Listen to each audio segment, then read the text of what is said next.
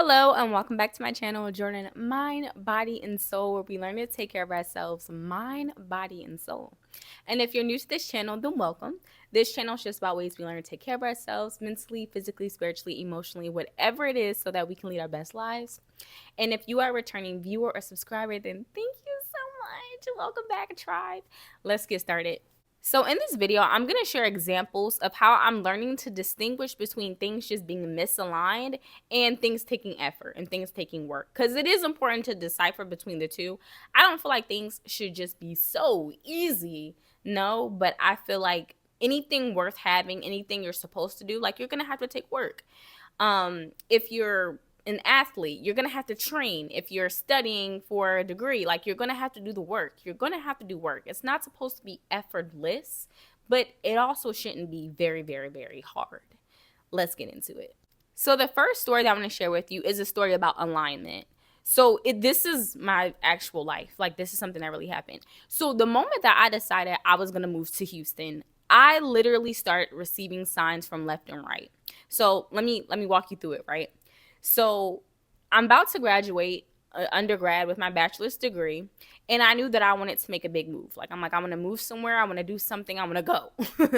And I wanted to leave Florida. I was in Tallahassee. I was like, I'm not staying in Tallahassee. I really didn't want to live back in Tampa.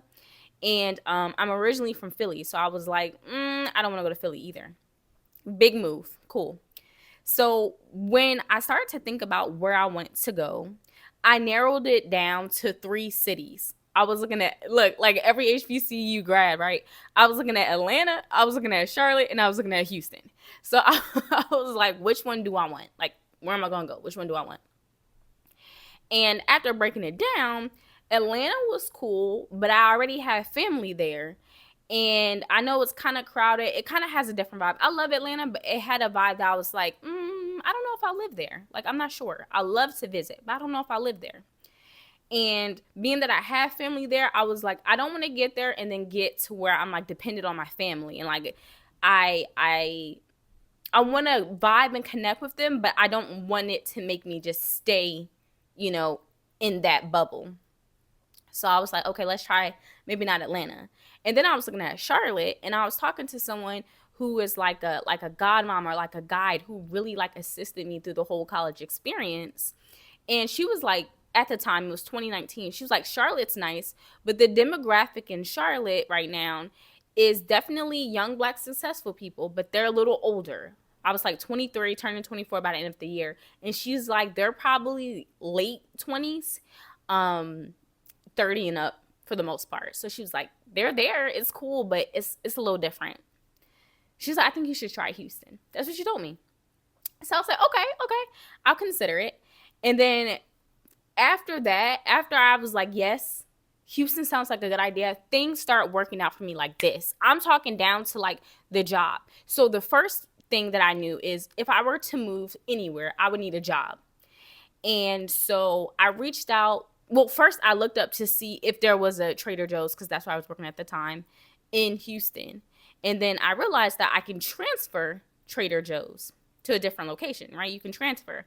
So I was like, okay, then I can transfer from the one that I was at in Tallahassee to one in Houston.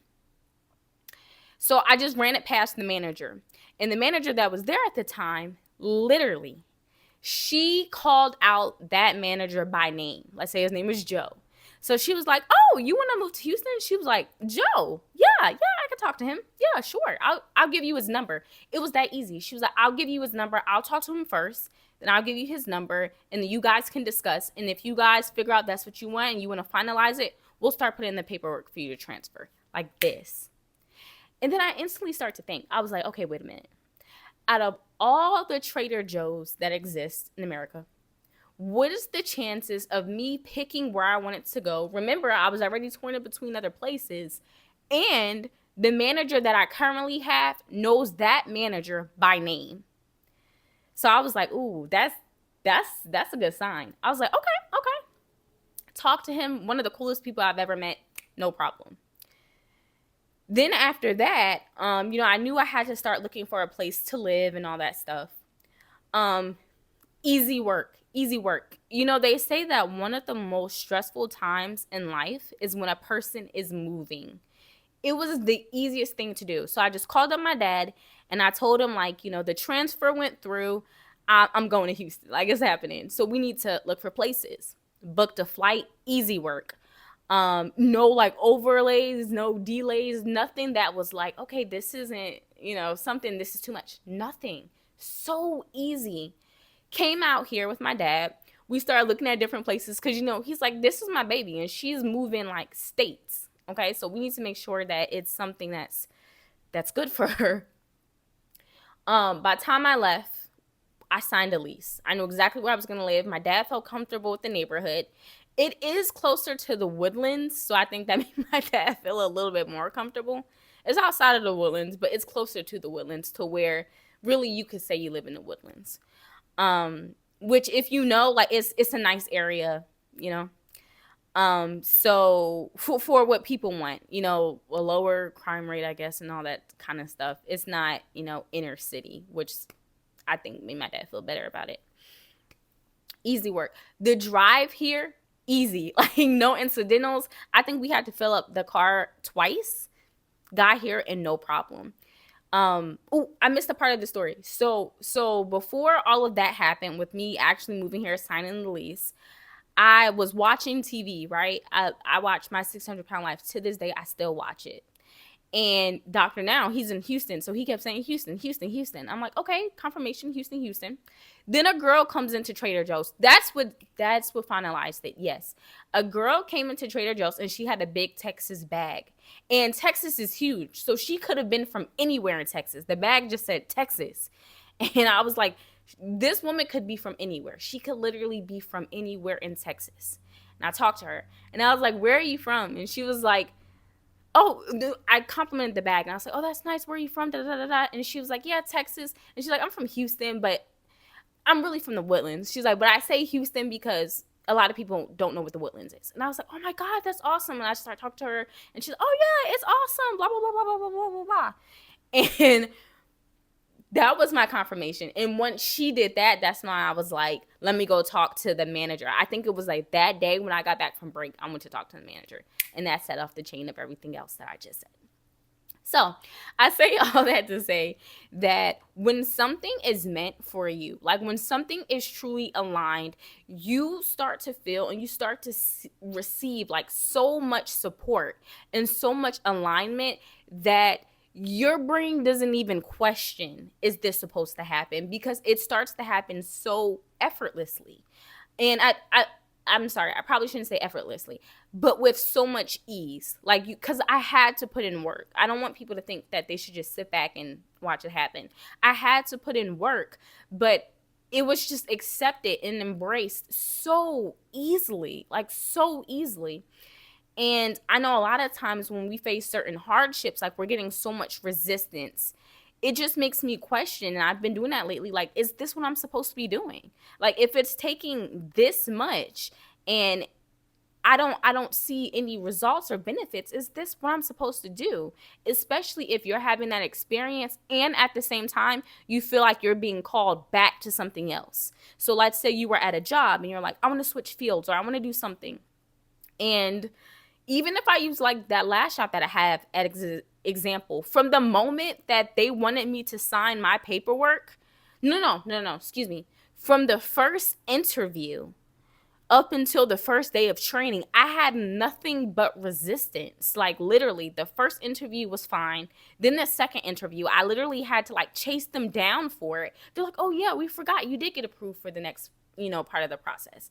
Then even after that, like, I had to chase them down to send my equipment. Like, I got so much resistance that on the first day of training, I was like, yeah, this isn't gonna work. This isn't long term. I knew from the jump, but I kept overriding it.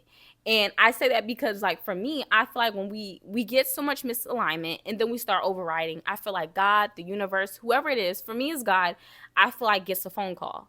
And they're like, Jordan's doing what? Oh my gosh. Yes, just override. I'll be there in a second. And it's literally like that. Like, it's like you've been fighting, and then all of a sudden it's like it's working, but with a lot of pushback. And lately, like, that doesn't feel good to me. It never did. It never does. It doesn't feel natural, right? And I'm just at a point of my life when they say, like, oh, live your soft life or live, with ease. That's what I think of. I think of those times where I felt good. I felt confident. I felt brave about decisions, and I didn't feel the resistance. I didn't feel anything but love and support from God, from people, from anything around me that just helped make the process work or make it easier. So in that, I also say that I want you to be mindful and be confident in who you are, and be confident in like that inner voice that you have that's telling you to do something, and you kind of like, I don't know, yeah, but like anytime something happens, it circles back to that, like it's whispering to you again, like, hey, hi, this way. And like each and every time you get that signal, you're like, chill out. I got this. Listen, be open to it. And I also want you to realize that anytime anything just feels good and feels light and it feels right, accept that and embrace that feeling. This is something that I started doing last night because it was on my mind, and like I was like, yeah, this is going to be the topic for tomorrow. Because like my brain started to think of all the like bad things or events that happened to me. And yes, I may have made choices to get there, but I started to think of the origins of that choice. And I'm like, okay, when I originally made that choice, how did I feel? And I was telling myself, I was like, how did I feel? I'm like, did I feel good? Did I feel bad? Did I have something that was like flag, but I was kind of like, not a big flag, it's a small one. Like we always do that. We're like, it's okay. Yeah, yeah. And I'm talking like relationships. I'm talking like jobs, friends, just anything where I constantly had signs and different experiences with those people or in those situations. But again, I overrode it and I was like, and then it turned out to be like a horrible experience. And I'm just like, I know who I can blame, me. So to wrap it back up, because I gave you guys a couple of examples of me, but to wrap it up, the whole energy that I just want you to think about, and the assignment, right, that I want you to work on is to really look at your life and look at your decisions. And I know we all have goals, we all have dreams, things we want to do. And even if I use like recording as an example, like this is something I genuinely enjoy to do. I love speaking my mind. I love motivating and helping other people. But it takes work, right? Like I have to think about it. I have to live life to have the experience of something to talk about. Then I record, then I edit, then I post. Like it takes effort, right? But I get the feedback that I want. But I get the feeling that I want, right? So I'm like instantly rewarded, and there's not a lot of pushback. I mean, sometimes you have like technology things go on, but the process is smooth, it's easy, and the biggest part is it feels good. And I'm always called back to it. Like I'm like, make a video. Oh, make a video. Like I'm always pulled back to it. So for me, that would be considered something that's like part of alignment, right? And it could be anything. It could be the smallest things that you can think about in your life where you're like, that feels good. That feels aligned. I'm always called to that, right? And then also think about those things where you've had bad experiences with people, in situations where you're like, I literally had the signs from the gate that I was misaligned, that this wasn't for me, right? And then the next part of that is to begin to walk in alignment, to answer to that calling that you keep getting and you're like, tomorrow. Or I can't right now. I can't afford it. Like whatever it is, just start, right? And then the rest will work itself out. Get back into alignment. And I'm going to wrap this video up with one thing. So anytime I'm feeling misaligned or just unhappy with something, anything in life, right? I always tell myself I needed to eat right. I needed to, take a moment to meditate or work out so I can bring it back to the center, bring it back to focus. And then I think about nature. And that's the first thing I want to do is step outside, step out in nature, get in somebody's ocean. Like I just want to do something that ties me back to the earth. And if you think about nature, like everything flows. Like there is no true misalignment in nature unless it's something that we cause, right? Like a forest fire, something like that, where it's like there was an outside force that happened and that caused destruction. But everything else, it flows exactly the way it's supposed to, like the circle of life. Like it just, it's beautiful, and it just happens, and it just is. And all those feelings that you have, or those passions that you have, the excitement, the way things make you feel, the way things make you think and evoke positive emotions or love and excitement, they're part of your alignment. And all the things that evoke anger and pain and frustration, they're not. It's misaligned. So things may not really just be hard just because they're hard. It may actually just be misalignment. So get back to alignment and take care of yourself, mind, body, and soul every day in every way. Okay? You got this. And I will see you in the next video.